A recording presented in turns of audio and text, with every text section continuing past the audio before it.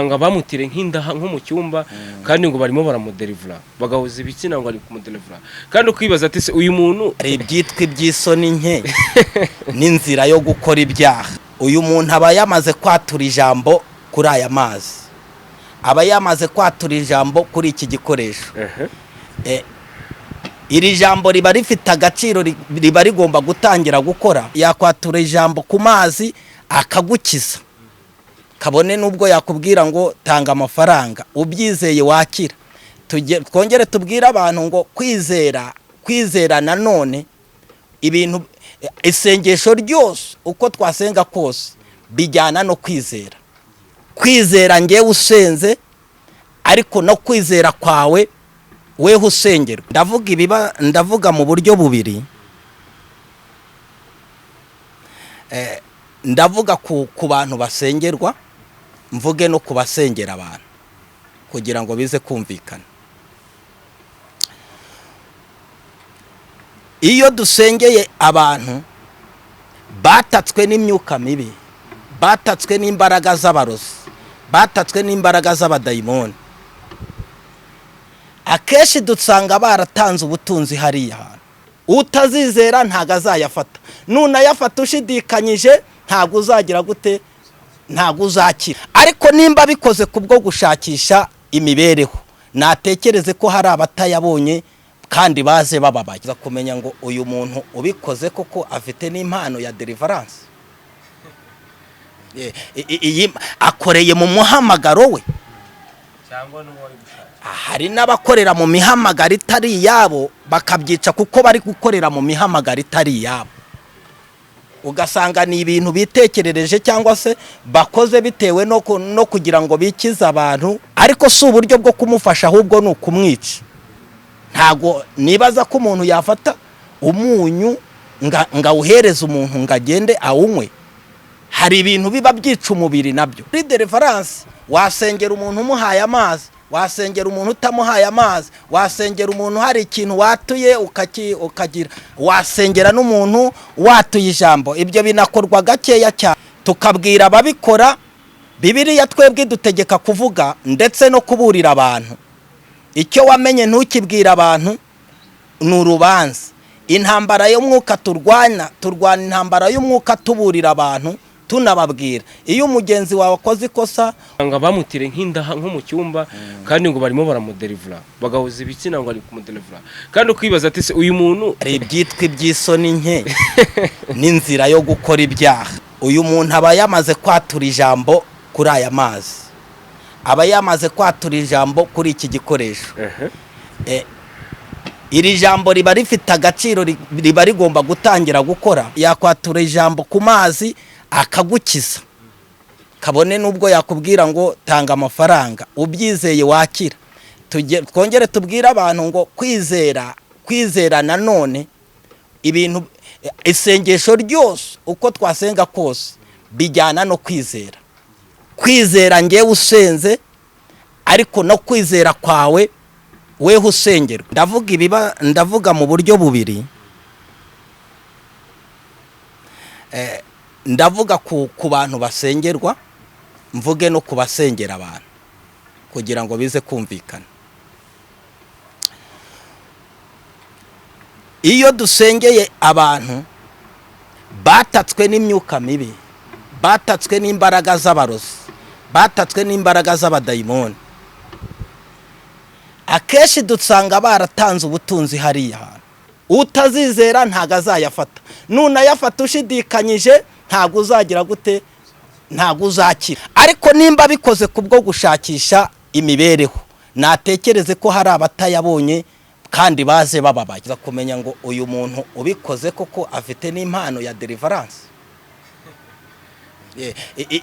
akoreye mu muhamagaro we, cyangwa n'uwari gushaka. Hari n'abakorera mu mihamagaro itari yabo bakabyica kuko bari gukorera mu mihamagaro itari yabo. Ugasanga ni ibintu bitekerereje cyangwa se bakoze bitewe no kugira ngo bikize abantu, ariko si uburyo bwo kumufasha, ahubwo ni ukumwica. Ntago nibaza ko umuntu yafata umunyu nga uhereza umuntu ngagende awunywe. hari ibintu biba byica umubiri nabyo. Muri deliverance wasengera umuntu umuhaye amazi, wasengera umuntu utamuhaye amazi, wasengera umuntu hari ikintu watuye ukagira, wasengera n'umuntu watuye ijambo. Ibyo binakorwa gakeya cyane, tukabwira ababikora. Bibiliya twebwe dutegeka kuvuga ndetse no kuburira abantu. Icyo wamenye ntukibwira abantu ni urubanza. Intambara y'umwuka turwana intambara y'umwuka tuburira abantu, tunababwira. Iyo umugenzi wawe akoze ikosa,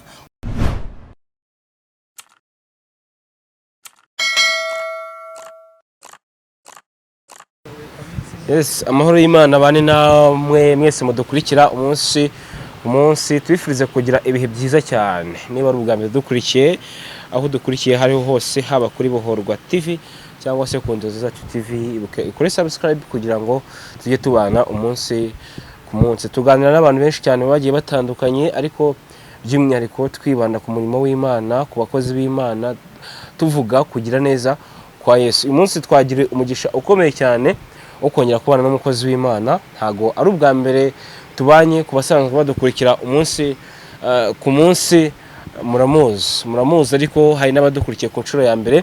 Reka tumusabe atangira twibwire. Muraho neza? muraho. N'amahoro y'Imana nabane namwe. N'amahoro, turashima Imana. Yego. Watangira wibwira abantu badukurikiye ku nshuro ya mbere, by'umwihariko n'abadasanzwe bakuze, kugira ngo tuze kuganira twese tuziranye. Yego. Nitwa Sikubwabo Emmanuel. Ku basanzwe banzi ndi umuvugabutumwa bwiza bwa Yesu Kristo. Ndi umukozi w'Imana. Mba muri uyu mujyi wa Kigali. Yego. Imana duhana umugisha. Ibindi Imana Okay, ni byiza. Mbwira abantu ko turi mu mujyi wa Kigali, hano kuri La Paris. Niho twibereye, niho turimo turumva kugira neza kw'Imana, twibere twicare kugira ngo bigende neza. Akavura mwakabonye mu mujyi wa Kigali? Twakabonye, amafu rwose arahari, ikirere kimeze neza. Ikirere kimeze neza cyane. Ikirere cy'u Rwanda gifite umugisha ukomeye cyane. Niko njya numva ko z'Imana hamwe na bamwe bavuga, ariko impamvu ikomeye cyane nuko haba abanyamasengesho benshi. Yego. Nawe niko ubibona, cyangwa wenda nuko ariko Imana iba yabishatse? No gusenga kugira icyo kuvuga ku banyamasengesho iyo bari mu gihugu. Ko Bibiliya iravuga mu gitabo cy'Ingoma za 2 ibice byaho 7 n'umurongo wa 13 ngo nindamuka nkinze ijuru imvura ntigwe, cyangwa ninteza mugiga mu bantu banjye, cyangwa ninohereza inzige ngo zone igihugu, abantu banjye bitiriwe izina ryanjye nibicisha bugufi bagasenga, nanjye nzumva ndi mu ijuru mbababarira ibicumuro byabo, mbakiriza igihugu. Urumva rero abanyamasengesho mu gihugu bafite umumaro. Yego. Bakongera kavuga ati amahoro u Rwanda rufite nta bindi bintu bikomeye cyane ruyakesha, nuko u Rwanda rurimo abanyamasengesho. Nibyo, cyangwa wenda haba harimo nizi niba nabyita nko kuvuga, cyangwa se ari imvugo z'abakozi b'Imana bisanzwe. Ababivuga buriya baba bafashe umwanya wo kubisengera. Yegeze mikoro. Umuntu bivuga baba bafashe umwanya wo kubisengera. Ikintu cyose wafashe umwanya wo gusengera, iyo bonye kigenda neza unezezwa nacyo. Ni umugisha Imana ibiguhaye. Umugisha. Ndibaza ko mu mategeko cyangwa se mu byanditswe Bibiliya igenda itubwira uburyo, iduhugurira uburyo tugomba gusengera n'igihugu, kugira ngo nimba umuntu ashaka kuba mu mahoro, asengera abatware, asengera abayobozi bacu ni beza, ariko ni ngombwa ko n'umuntu ufite umutima wo gukunda igihugu afata n'umwanya wo kugisengera no gusengera n'abo bayobozi, kugira ngo tube mu mahoro. Ni byiza cyane. Nuko mubizi ko u Rwanda nyine ari igihugu byinshi tubona, ibyiza tubona byinshi cyane bigiye bitandukanye. Kuba igihugu cyacu gisa neza tubikesha ubuyobozi bwiza, ariko by'umwihariko n'igihugu kirimo abanyamasengesho bagiye batandukanye mu matora agiye atandukanye. Uyu munsi rero tugira amahirwe yo kuba turi kumwe n'umunyamasengesho, kandi umukozi w'Imana ukora ivugabutumwa mu buryo bugiye butandukanye. Tugiye kuganira byinshi cyane bigendanye n'umurimo w'Imana cyane cyane, ndetse no mu mbaraga n'amavuta akoreramo ya deliverance. Reka tubanze tumusabe by'umwihariko abanze adushyira imbere y'Imana, asengera abantu badukurikiye batameze neza, kugira ngo icyo kiganiro tuze kucyungukiramo byinshi cyane. mwami Yesu tuguhaye icyubahiro, tugushimiye ko duhaye uyu mwanya wo kuvuga ibyawe ndetse no gutangaza ibyawe. Icyubahiro ni icyawe. Turasenze kugira ngo buri muntu wese uza gukurikirana iki kiganiro imbaraga zawe zimugereho, kandi Uwiteka Nyiringabo Imana asaruremo byinshi bimugirira umumaro, bihindura ubuzima bwe ndetse bisubiza imbaraga mu buzima bwe. Mu izina rya Kristo w'i Nazareti tuguhaye icyubahiro ku bantu bagiye kudukurikirana, abarwayi bagiye gukira, ababoshye bagiye kubohoka, impinduka zigiye kuboneka ku buzima bwa benshi. Icyubahiro ni cyawe mu izina rya Yesu, amen. Amen. Uwiteka guhumugisha cyane, kandi nawe udukurikiye nkubwire ngo komeza kugira ibihe byiza, kandi Imana ikomeze ikwigaragariza mu buryo bugiye butandukanye. Emmanuel Karame, uri umunyamasengesho, ufite wenda uburyo wahamagawe, ese wenda uyu munsi watubwira usengera muri itorero, ese umuhamagaro wawe wavutse ukijijwe, cyangwa se wenda hari ubundi buryo byagenze kugira ngo wenda n'umuntu tujye kuganira abanza kumenyeho gatoya by'umwihariko? Yego, nkuko namaze kubivuga haruguru, amazina yanjye nayavuze ni Sikubwabo Emmanuel. Yego. Nsengera mu itorero ryitwa Bomberije, rikorera hariya mu Gasyata, urenze Nyabugogo gato. Hanyuma rero warumbajije ikibazo ngese navutse nkijijwe. Burya nta muntu uvuka akijijwe. Yego. Kuko gukizwa umuntu akizwa amaze kuba mukuru. Yego. Byaba ari nka bya bindi umuntu afata uruhinja akarubatiza. Uruhinja ntago ruba ruzi icyo rugiye gukora.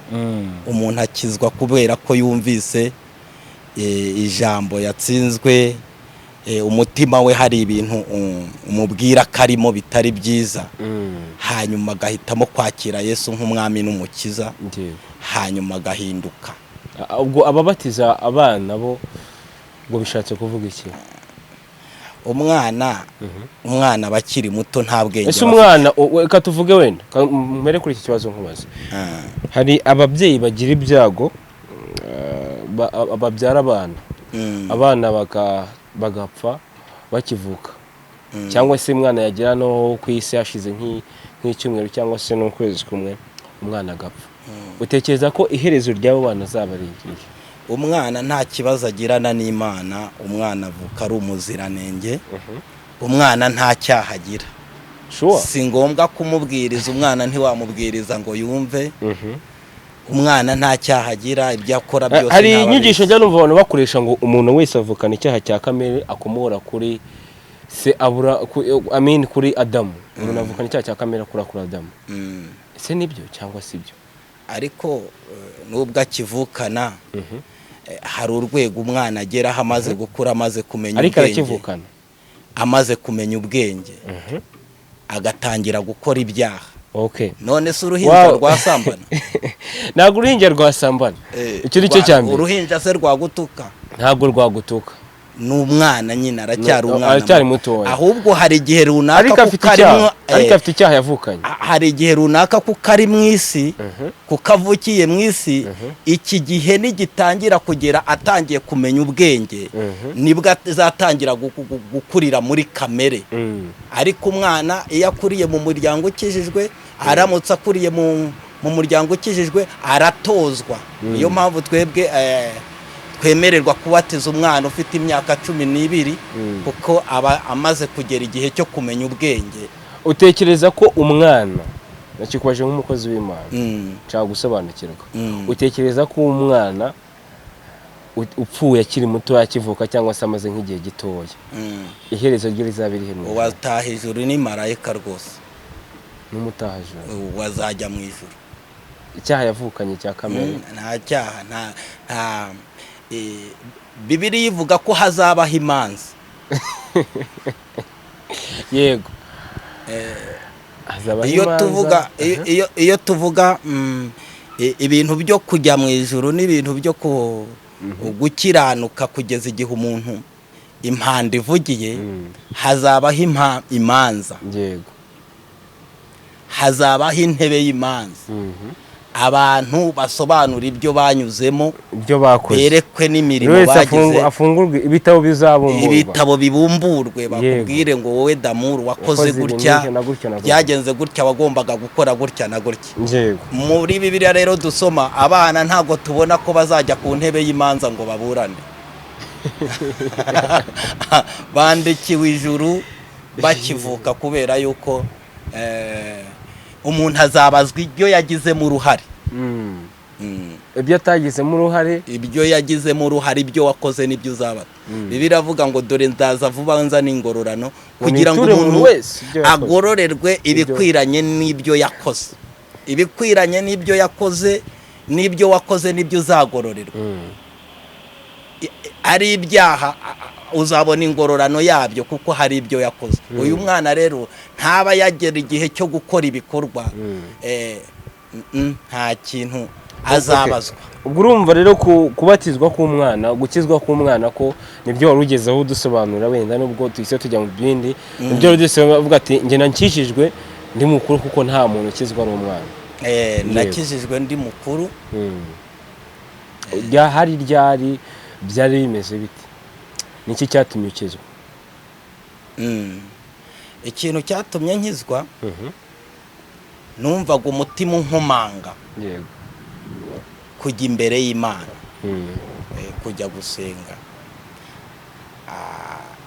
Ibyo ari byo byose, iyo umuntu yatangiye kumva hari ijwi rimukomanga gusenga, cyangwa ahuye n'umuntu akamubwiriza, akamubwira ngo burya ivugabutumwa riri mu buryo bwinshi.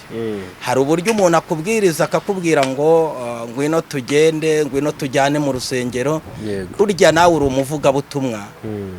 Uwo muntu uzanye mu rusengero, byanga bikunze arasanga hari iby'Imana bahavugira. Nanjye rero nagize umugisha wo kubona abakozi b'Imana bari basanzwe mu gusenga, bankurura banjyana mu gusenga, banjyana mu nzu y'Imana. Aho rero niho nageze, numvira iby'Imana, ndahinduka, ndakizwa, nakira umwami Yesu nk'umwami n'umukiza, hanyuma ntangira urugendo rw'agakiza. Urwo rugendo rw'agakiza rubamo intambwe nyinshi. Umuntu ava ku ntambwe imwe akongera agatera indi. Ni nayo mpamvu burya umuntu ukijijwe aba ameze nk'umwana, aba agomba kurerwa. Ngira amahirwe rero, mbona abantu bandera, nkurira mu biganza by'abandera. Uko umuntu agenda arerwa, mu batambyi, uko umuntu agenda akura, agenda arerwa, niko agenda atera intambwe. Ko n'impano twakira zirarerwa. Iyo wakiriye impano ntizirerwe, nibwo usanga ukora nabi, kubera yuko ntago wabonye umuntu ukurera muri iyo mpano. Twagize umugisha rero wo guterurwa n'ibiganza by'abashumba beza kandi baturera neza, tugenda dukura bitewe n'uburyo twabaye hafi yabo. Yego, ni byiza cyane. Ntawe ushaka kugira ngo tuze kubitindamo cyane, kuko hari byinshi cyane dufite kuganiraho. Uyu munsi hari wenda dukomeze kuri iki kintu, iyo uburyo umuntu amaze kwakira Yesu nk'umwami n'umukiza, hari igihe agera amaze kurirwa, akaba yahabwa impano runaka, impano y'ubuhanuzi cyangwa se impano yo kuririmba, ni impano nyinshi zigiye zitandukanye. Wowe ku ruhande rwawe byagenze biti? Cyangwa se impano uyu munsi nkubonamo cyangwa se nkuzimo, wenda turi buze no kubwira abantu, iyo mpano wayihawe ryari? Byagenze bite kugira ngo uhabwe? Navuga ko uri muri deliverance, nawe uri muri part ya deliverance yo gusengera abantu. Byagenze bite? Impano burya ziratandukanye. Hari igihe umuntu yakira impano imwe uyu munsi, ejo akakira indi, n'ejo bundi akakira indi, bitewe n'uburyo agenda abana n'Imana. Impano ziza bitewe n'uburyo umuntu agenda agirana ubusabane n'Imana, ndetse n'uburyo agenda aba hafi y'abantu bafite impano z'Imana. Rero niko byagenze. Nanjye narakijijwe, mbanza impano y'ivugabutumwa, mbanza kujya mbwiriza ubutumwa bwiza, mvuga ijambo ry'Imana, bitewe n'umwanya nahaga amasengesho ndetse no gusoma ijambo, nisanga hari abantu nshobora kubwiriza, cyangwa se hari ibyo nanjye nshobora gutanga. Muri uko kwegera Imana rero no kuba imbere y'Imana, nibwo twagiye nagiye mbona izindi mpano bitewe n'umwanya nabihaye. Burya ikintu utinzemo ukagiha umwanya kigira umusaruro bitewe n'umwanya wagihaye. Yego. Tugira umugisha rero Imana iduha n'iyi mpano, izi mpano dukoresha. Impano ukoresha ni ya deliverance. Ni impano ikunda nabyita gucanga abantu benshi kuko abantu bayibonyemo umuntu bamutekerezaho mu buryo bugiye butandukanye. Hari uburyo bavuga ngo inzira zikoreshwa mu buryo bwa deliverance tugenda tubona, niba navuga ngo harimo abantu benshi babikora nabi cyangwa se n'ababikora neza, ubundi we ubibona gute by'umwihariko deliverance uyibona gute? Iyo yitegereje izikorwa muri no minsi uzibona gute? Ibi bintu bijya bicanga abantu bitewe nuko batigishijwe uburyo impano zigenda zikora n'uburyo impano zigiye zitandukanye. Igicanga abantu ni ukudasobanukirwa uko impano zitandukanye. Yego. Umuntu wahawe rero impano ya deliverance akesha aba yaraherewe ku rurimi, ku magambo yatura, gutegeka ubutware, usanga agenda agira ibyo agenda akora bitandukanye, kubera yuko buriya n'abarozi bagira uburyo bagira uburyo bakora. Imana rero iyihaye umukozi w'Imana iyo mpano, buri kintu cyose yatuyeho ijambo gishobora kugira impinduka. Ibyo rero nibyo usanga abantu bajyamo impaka cyangwa se batumva kimwe, kubera yuko impano ziratandukanye, nta nubwo zikora kimwe, nta nubwo zikoreshwa kimwe. Ngewe nshobora gufata uyu mwenda wambaye nkawutongeraho ijambo, nkawaturaho ijambo, ukawambara ugakira bitewe nuko n'ijambo nawatuyeho, mvuge kwatura. Abarozi nabo bafata ibyatsi bakabivuguta cyangwa se sinzi ko babikora. Ikigira imbaraga si biriya byatsi, ahubwo ikigira imbaraga ni ijambo babyatuyeho.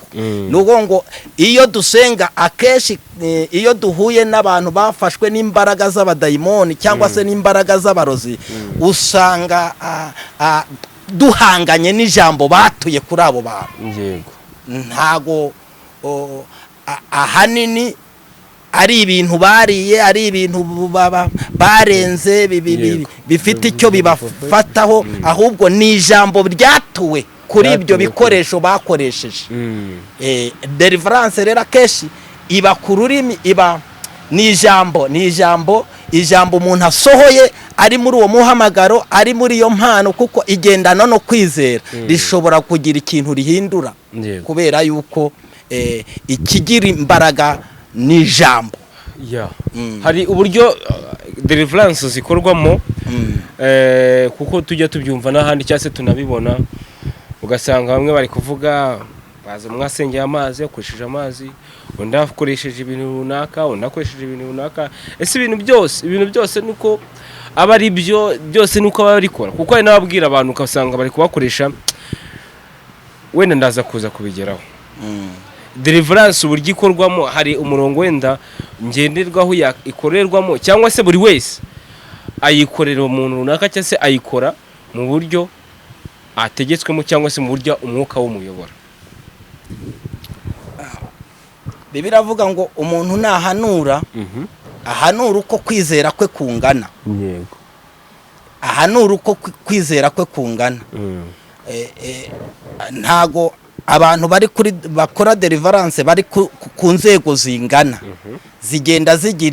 Bigenda bigira inzego bitewe nuko n'urwego umuntu agezeho. Amasengesho agira urwego, niyo mpamvu ubona Yesu yagendanaga n'abigishwa we, ariko umunsi umwe umuntu arwara igicuri, baramuzana gukira biranga. Ariko Yesu ahageze arangije arategeka gusa, yavuze amagambo make. N'urwego yari ariho. Zigenda rero zigira inzego, urwego nirwo rushobora gutuma watura ikintu kikaba nk'uko, cyangwa se kikagira imbaraga, biterwa n'urwego. Wenda ibyo mbivugiye kuko hari benshi njya numva ngo barababwiye ngo nibakuremo imyenda, ugasanga umugabo baryama hejuru, undi agasanga ati kuramo tujye mu cyumba kugira ngo deliverance ari benshi bagiye babikorerwa ugasanga pasiteri cyangwa se nk'abitira abakozi b'Imana abwiye nk'umuntu ati ibyo babizi ubyo byumva ko bibaho ugasanga bamutire nk'indaha nko mu cyumba kandi ngo barimo baramudelivera bagahuza ibitsina ngo ari kumudelivera kandi ukwibaza ati se uyu muntu niko se umuhamagaro w'umutegeka ko ariko warumubwiye cyangwa se wenda dusobanura neza by'umwihariko okay ibyo hari ibyitwa iby'isoni nke n'inzira yo gukora ibyaha ibyo narindimo umurongo narindimo n'uwo gusengera umuntu cyangwa gufasha umuntu kugira ngo akire kugira ngo abohoke ariko urumva iyo babikora bitwaje deliverance iyo watatse iyi nzira uba watatse inzira y'ibyaha uko ni nko kwitwaza deliverance cyangwa se ni nko kwitwaza ibyo urimo ariko ushuka abantu ushaka kubakoresha ibijyanye n'inyungu zawe z'umubiri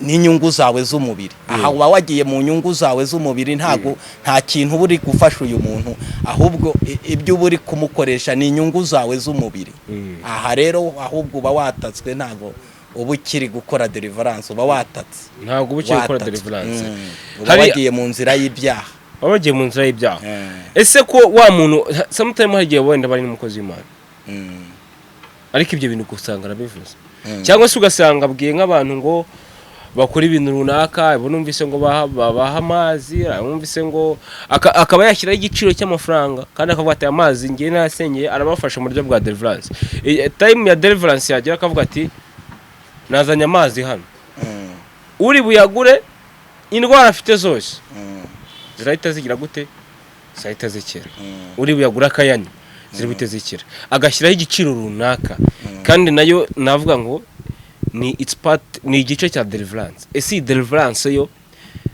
nk'umuntu yibarizwamo ari umuhamagaro wawe iyo uyibona gute uyivuga heke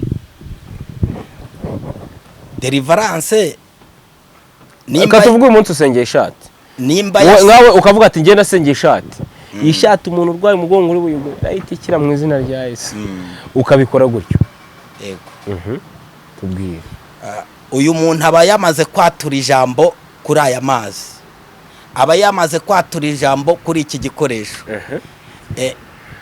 iri jambo riba rifite agaciro riba rigomba gutangira gukora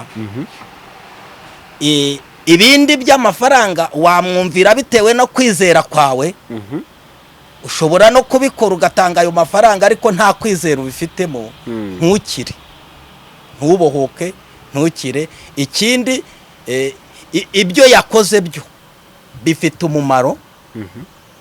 umumaro cyangwa se bifite imbaraga kuko ayo mazi nimba anayagurishije cyangwa se aragize hari abayagura bagakira cyangwa se hari abayatanga ayo mafaranga bagakira nk'uko abapfumu bagenda bakagura imiti mu bapfumu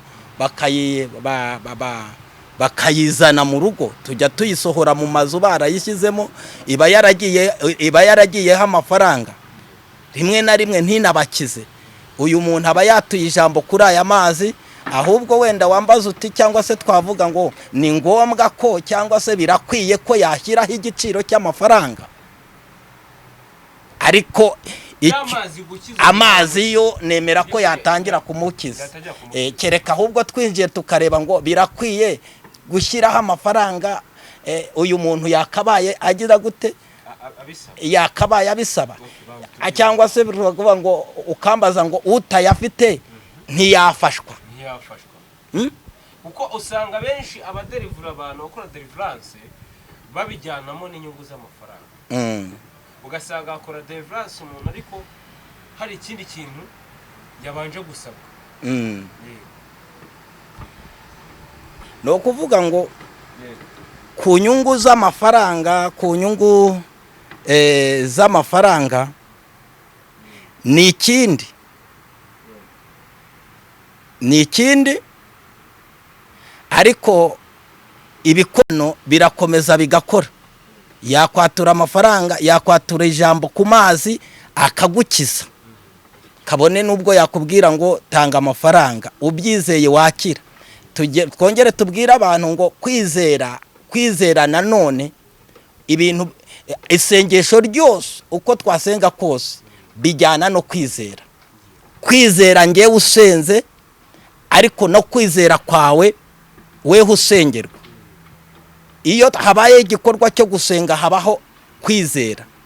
Uyu muntu nimba yatuye ijambo kuri aya mazi, weho ni weho ugomba kureba ngo aya mafaranga nimba yanciye ndayatanga cyangwa ntayo ntanga, kuko ubwo nawe yinjiye mu by'ubuzima bwe bwo gushakisha. Binjiye mu by'ubuzima bwe bwo gushakisha, kandi nuko. Ese umuntu ubikoze gutyo ni umukozi w'Imana, ari mu muhamagaro w'Imana neza ijana ku ijana. Ese kuki ari gucuruza? Kuki ari gucuruza? Kandi ibi bintu wenda reka bikubazeho cyane by'umwihariko tubijyemo deep cyane, kuko nibyo bintu barizwamo, ujya ufasha abantu bagiye batandukanye. Yego. Ndavuga mu buryo bubiri. Ndavuga ku bantu basengerwa, mvuge no kubasengera abantu kugira ngo bize kumvikana. Iyo dusengeye abantu batatswe n'imyuka mibi, batatswe n'imbaraga z'abarozi, batatswe n'imbaraga z'abadayimoni, akenshi dusanga baratanze ubutunzi hariya hantu mu bapfumu n'abarimo. Ndagira ngo mbatangarize ngo nibaveyo, babireke, babivemo, babireke. Keshi abantu benshi duhura baratatswe n'iyo myuka, benshi ntago ari bose, hari abihangana bakirinda. Usanga barinjiye mu nzu z'abapfumu cyangwa se mu marembo y'abapfumu bitwaje iki? Amafaranga. Uyu muntu nimba ari umutambyi, nimba ari umukozi w'Imana, nimba ari umushumba, ari mu rusengero cyangwa se ari gufasha abantu, agashyiraho uyu munsi runaka wo gusengera abantu kugira ngo babohoke, yatuye ijambo ku mazi, yatuye ijambo ku gikoresho runaka, ariko akavuga ngo umuntu natange amafaranga kuri aya mazi.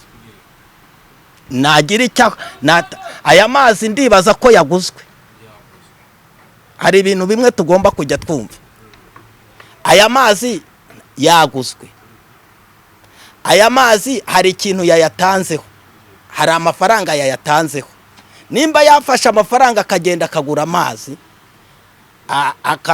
akayaturaho ijambo, akayasengera, bitewe nuko kwizera kwe kungana. Umuntu uzayafata yizeye akayatanga n'aya mafaranga, ndizera ko azakira. Utazizera ntago azayafata. Nunayafata ushidikanyije ntago uzagira gute? Ntago uzakira. Mbishyigikiye uruhande rumwe, n'urundi ntago mbishyigikiye, bitewe nuko byaterwa na nyiri kubyatura uburyo icyagamijemo cyangwa se cyagambiriye. Nimba abikoze kugira ngo abantu babohoke, jewe njya nkunda kubwira abantu ngo mbere yo gusengera abantu, imirimo dukora yose iyo tutakoranye urukundo ntago izabarwa. Nimba ibi bintu abikoze kugira ngo abantu babohoke, ariko yavuganye n'Imana cyangwa se ariko umwuka w'Imana muyoboye, ntago ndi bubyivangemo. Ariko nimba bikoze kubwo gushakisha imibereho, natekereze ko hari abatayabonye kandi baze bababaye. Ndumva ari ubwo buryo nabivugamo. Hari ukubikora ariko wategetswe cyangwa se ariko wahawe, ariko wumva uyoborwa n'umwuka. Ariko nimba ubikoze kubwo gushakishamo imibereho cyangwa se kubwo gushakishamo indamu, haracyarimo ikibazo, kuko hari utari buyabone kandi akeneye kubohoka, kandi akeneye gukira. Igihe byakozwe gutyo, byakozwe kuko wayobowe n'umwuka cyangwa se wabikoze ufite umutima wo kubohora abantu bitewe n'impamvu runaka, ndibaza ko ibyo waba uhagaze mu muhamagaro, waba umeze neza, nta kibazo. Ariko wabikoze ari ishyaka rigushora kwaka amafaranga cyangwa se ari strategy yo kugira ngo ubone amafaranga, haba harimo ikibazo. Sinzi nimba biri gusobanuka. Ese hari abantu benshi navuga ko bavanga uyu murimo wa deliverance ariko bakabivanga no mu buryo bwabo bwo gukorera amafaranga cyangwa se no gukuramo indamu zabo, aricyo kintu rumaze gukomezaho. Ni cyo kintu batandukanye. Iyo tuvuze indamu ndabyumva mu buryo bubiri. Ndagaruka kuri ya yindi wari umaze kuvuga. Burya indamu igendana no kwifuza, ni ukwifuza. Ari nka nabyo wari umaze kumbaza ngo abakora deliverance mu nzira yo kuryamana, mu nzira y'ibyaha, aho ngaho umuntu aba yamaze kurenga umurongo. Twibuke ko nubwo uko turi mu muhamagaro tugomba kugenda twigengesereye kugira ngo ibyo dukora bihesha Imana icyubahiro. Ibyo dukora bihesha Imana icyubahiro. Ngewe ibintu nimba biremereye umuntu, nimba ari umutwaro uremereye umuntu, nemera ko abantu nabo bagomba kujya bakora, kuko mu muntu uze mu muhamagaro dukenera support, dukenera amafaranga. Mu rusengero dukenera amafaranga. Ahantu hose hahuriye abantu hakenerwa amafaranga. Ni nayo mpamvu hagiyeho amaturo. Ni nayo mpamvu hagiyeho amaturo, hakajyaho ibikorwa by'amaturo. Nuko ahantu hahuriye abantu benshi, ahantu hahuriye abantu, buri gikorwa, buri murimo ukenera amafaranga. Ibyo tugomba kubanza kubyumva neza, tugomba kubanza kubimenya. Umukristo agomba kumenya ko afite inshingano nawe zo kugira icyo amarira itorero. Ntago nanone tuzakira abakristo ngo umukristo ajyaza buri cyumweru asohoke mu rusengero gutyo. Ntago Bibiliya nanone ibyemera. Agomba kubaha ubuyobozi bw'itorero, agomba kubaha abashumba bamuhagaze imbere, agomba no kugira icyo akora mu itorero, nk'uko iyo agiye ahandi agira ibintu akora kugira ngo ibiri gukorwa bigira imbaraga, bitera imbere. Iki nacyo abantu bagomba kucyumva. Cyaba ikibazo gusa ari umushumba ushatse kunaniza wenda umuntu nta bushobozi afite, nta kintu afite, cyangwa se habaho ivangura bitewe wenda nuko umuntu afite, nuko umuntu agize n'icyo umuntu afite. Icyo cyo cyaba ari ikibazo. Ariko mu gusenga, mu kuba imbere y'Imana, cyangwa se mu gufasha abantu, mu gufasha aba bantu, umuntu aba agomba kubarera mu buryo bwose. Umuntu aba agomba kubarera mu buryo butandukanye kugira ngo bakure hari ibyo nabo hari ibikorwa bakora mu itorero. None se waba umukristo utagira ibyo ukora mu itorero? Hari ibintu bibiri byateye, ndavuga ku bakristo, mvuge no ku bakozi b'Imana. Ndavuga ku mpande zombi. Hari umukristo wumva ko agomba kuba mu itorero nta kintu akora, uwo nawe afite ikibazo.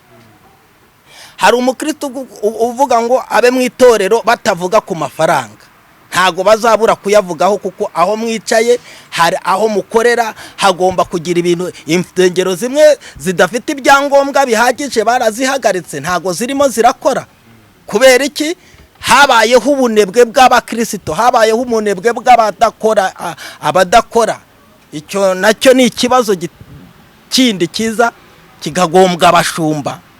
Ndavuga ku ruhande rw'abashumba, kuko mba mu itorero. Hari igihe mbona ibikorwa bitandukanye bifite amabije atandukanye, ukabona urwego abakristo bariho ntibashobora kubijera. Icyo gihe rero urumva ko iyo umuntu ari mu itorero agomba kumenya ko ari umukandida wo kugira ibyo akorera no mu itorero. Kuko itorero ubwo umuntu agomba kubanza kumenya umumaro w'itorero. Itorero rimariye iki? Itorero ndikuramo iki? Itorero rimfitiye nyungu ki? Rimfitiye umumaro ki? Uyu muntu rero ibikorwa by'itorero agomba kubikora. Kabiri, ndajya ku bakozi b'Imana wenda. Nimba ibi bintu bikozwe mu buryo bwo kuremerera itorero cyangwa se kuremerera abakristo, nabyo biraza kuba ikibazo. Nimba ari ukwishakishiriza inyungu z'imibereho, nabyo biri inyuma y'umurongo, cyangwa se uraza gusanga hari ababikomerekeyemo. umushumba rero buriya agomba kumenya intama ayoboye, akamenya uburyo azijera n'inyigisho azigisha nimba zitabakomeretsa, niyo mpamvu bitwa abashumba. Igihe rero akoze irari ry'amafaranga rizamutse rikarenga igipimo cyo kurera, urumva rimwe na rimwe abatangiye kuremerera itorero, ntago abakiri igisubizo cy'itorero. Ni byiza cyane. Ese ku ruhande rumwe we hari aba navuga ko ari abakozi b'Imana badelivura abantu, ugasanga bakoze nk'ibikorwa bitandukanye cyane cyangwa se binahabanye, ugasanga nk'umuntu wenda hari uwumvise bavuga ngo yagaburiraga abantu akaha nk'abakristo.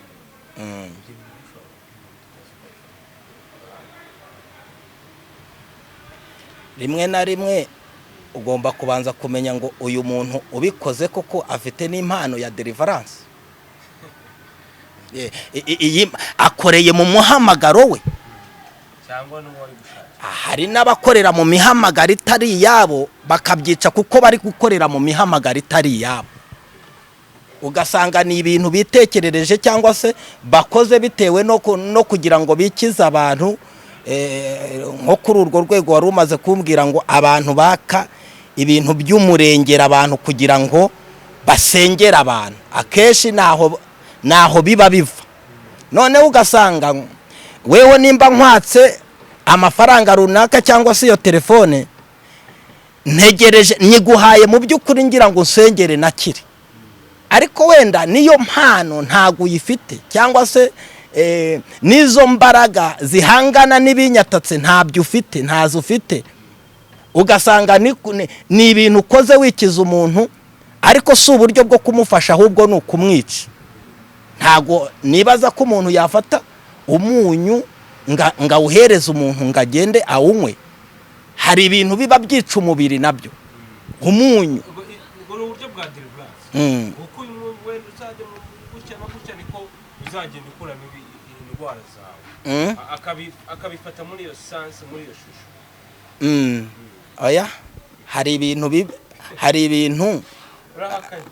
ibintu abantu bakora ari ukwikiza abantu, cyangwa se ari ukwikiza umuntu ari gufasha, bitewe nuko ndibaza uwafata umunyu akarinda kuzana amazi akayavanga n'umunyu, n'amazi yonyine arahagije kuyaturaho ijambo. Muri deliverance wasengera umuntu umuhaye amazi, wasengera umuntu utamuhaye amazi, wasengera umuntu hari ikintu watuye ukagira, wasengera n'umuntu watuye ijambo. Ibyo binakorwa gakeya cyane, wakwatura ijambo umuntu akabohoka. Ariko nimba ugiye mu by'umunyu, umunyu nawo ubwawo ni ikibazo, ukajya kuwufata ukawushyira mu mubiri w'umuntu, akenshi abo bantu babakorera mu mihamagaro itari iyabo, kubera ko ibi bintu ni ibintu baba bashakisha, ntabwo ari ibintu byabo, ko ikintu kiri iruhande rwawe cyakora, cyakora umuntu agira yego. Ntabwo cyakujya ngo kuvuze cyane. Ese ni ikihe kintu wabwira abantu benshi bakunda navuga ngo bakunda gushakisha abakozi b'Imana cyane, babasengere wenda batanabaje no kubakuraho research kugira ngo bamenye neza abakozi b'Imana ni izihe mbaraga bakorana nazo, kuko hari nabo maze kumva ngenda mbona mu buryo bugiye bitandukanye bivuga ko badelivura abantu bakanakira bafite ibibazo bigiye bitandukanye, ariko ugasanga babohereje n'izindi mbaraga zitandukanye n'imbaraga z'Imana zikiza, kandi bagakira, ariko hari ibindi bintu bakoresheje atari Imana, kandi babikoze mu izina, biyitira izina rya Yesu. Abo bantu urumva nimba nkufashije ariko ukagira ikindi kintu wakira cy'ikibazo, ngo ukagira ikindi kintu wakira cy'ikibazo, bivuze ngo ntacyo ngufashije ahubwo nkongereye ibibazo. Nabigereranya n'abantu bajya mu bapfumu.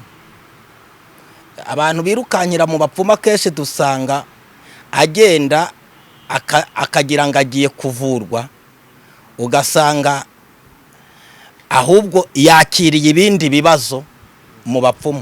mbere rero yuko usanga umukozi w'Imana wakabanje kumenya uwo ari we, wakabanje kumenya n'ubuhamya bwe, nk'uko wari uvuze ngo ntago baba bakoze research. Nuko ngo wakabanje kumenya ubuhamya bwe, ukamenya ngo bitewe n'igihe turi mu gihe kigoye, abantu benshi biyitirira uyu murimo bakanawushyiraho igitutsi, bari gukora ibintu bijyanye n'irari ryabo cyangwa se n'uburyo babishakamo inyungu.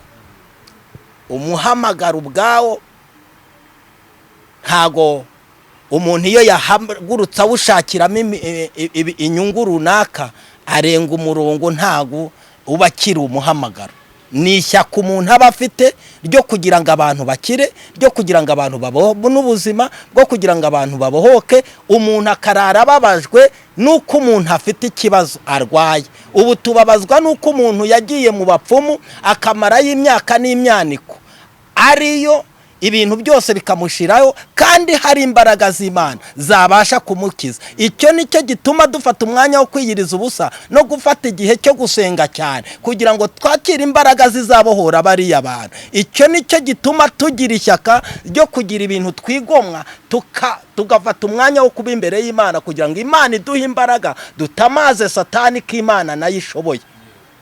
Kenshi rero abo bantu nta mutwaro w'umurimo baba bafite, nta kubabazwa n'abo bantu baba bakiri. Nimba uri umuvugabutumwa ugomba kubabazwa n'abantu bari mu byaha, ugomba kubabazwa n'abantu bari mu burwayi, ugomba kubabazwa n'abantu babayeho nabi. Uwo ni umuhamagaro. Umuhamagaro ugendana n'ishyaka.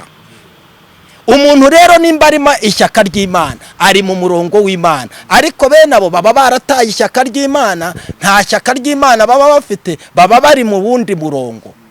Niko nabisobanura, niko nabivuga, kuko umuhamagaro w'Imana ugendana n'ishyaka ry'Imana. Umuhamagaro w'Imana ugendana n'imbuto z'Imana. Ikintu cya mbere ugomba kureba ni imbuto. Imbuto zirakwiriye. Tubwira abantu bakirwa basengerwa bajye babanza bareba imbuto. Bibiliya yavuze ngo muzabamenyera ku mbuto zabo, muzabamenyera ku mbuto zabo. Umuntu ntafata umuntu ngo bahite basambana ako kanya. Hari amagambo abanza, kandi abantu basoma Bibiliya. Icyaha ni icyaha, ubusambanyi ni ubusambanyi, ubujura ni ubujura, ibintu byose byitwa icyaha ntago twabibatiza ngo tubikire ngo tubyeze. Umuntu weze ibyaha akavuga ngo ibyaha akatangira kubisobanura mu zindi nzira, uwaba yayobye, aba yataye umurongo, ntago tumufata nk'abari mu ruhande rw'Imana. Ni byiza cyane, ntago uca kugira ngo tuze gutinda cyane by'umwihariko, kuko turibuze no kugira umwanya wo gusenga n'abantu. Yego. Wagira ikintu byibuze nka bibiri utangariza, kuko ntabwo navuga ngo abakozi b'Imana bo bababaje, hababaje abantu babibona bakabona uburyo ibintu biri gupfa, bakabona uburyo deliverance iri gufatwa nabi. Ukumva umuntu ari gutanga ubuhamya ati pasiteri yari agiye kundeliver, agiye kunsengera aransamba. Bigatuma hari benshi batizera n'abantu bavuga ko basengera abantu deliverance, kuko ati byibuze by'umwihariko nagira ko dusoza ugira ikintu ubwira abo bantu bakurikira, babona ko biri gupfa. Ikintu bababwira muri gufata umwanya usengera abantu. Ego, nabwira abantu, ndetse nanjye ndimo, turabibona, duhura nabyo, biranatubabaza cyane.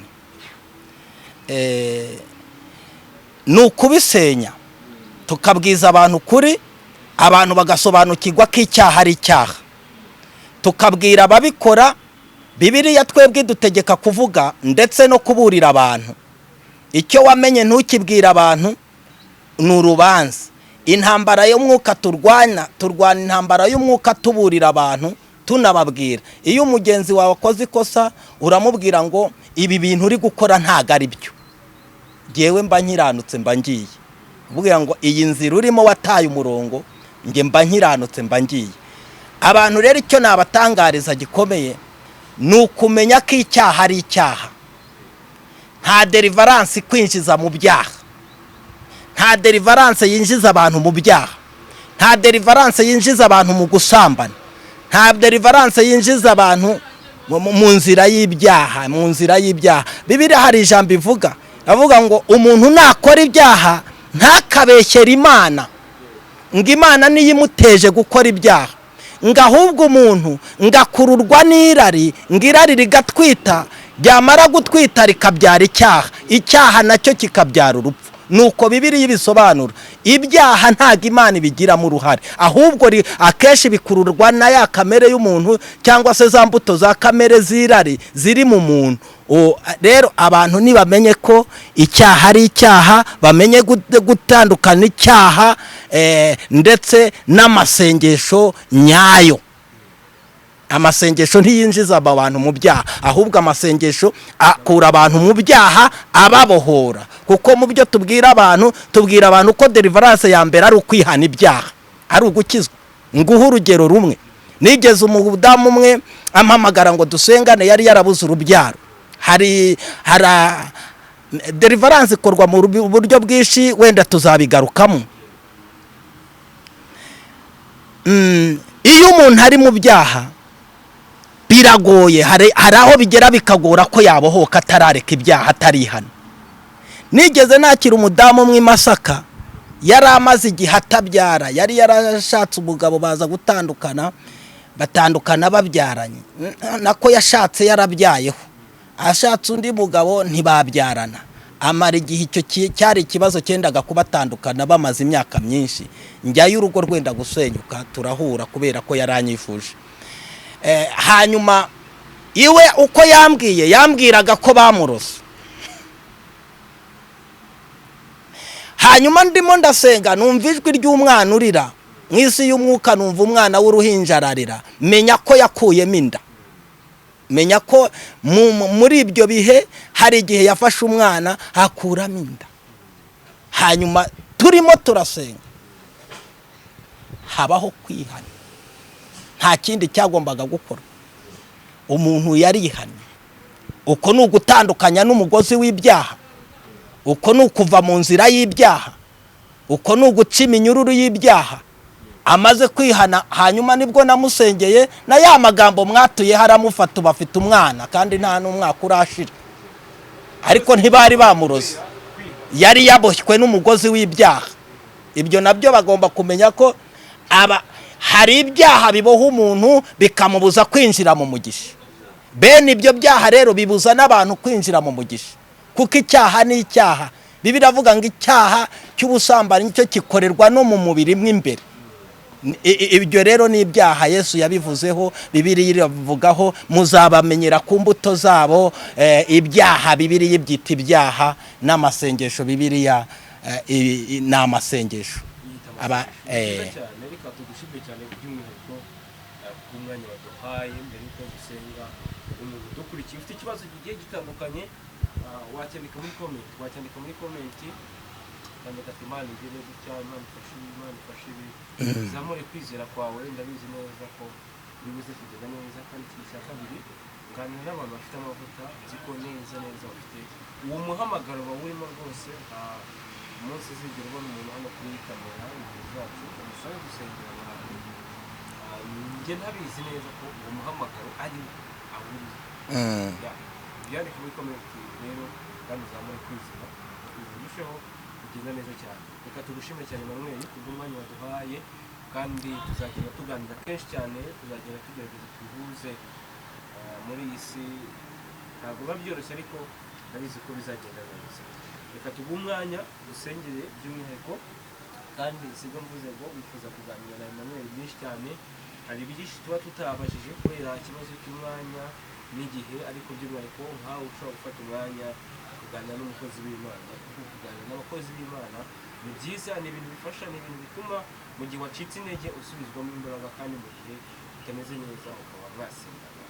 Namwe turagushimiye. Urakoze cyane. Reka tuguhe umwanya dusengere abantu. Nimero yawe telefone yo nibuze kuza kuyimanisha hejuru kugira ngo bayireba, nako ubwo bari no kuyireba ngo yanditse. Yego, ni byiza cyane kugira ngo ibintu bikomeze kugenda neza cyane. Mana tuguhaye icyubahiro, izina ryawe ryubahwe.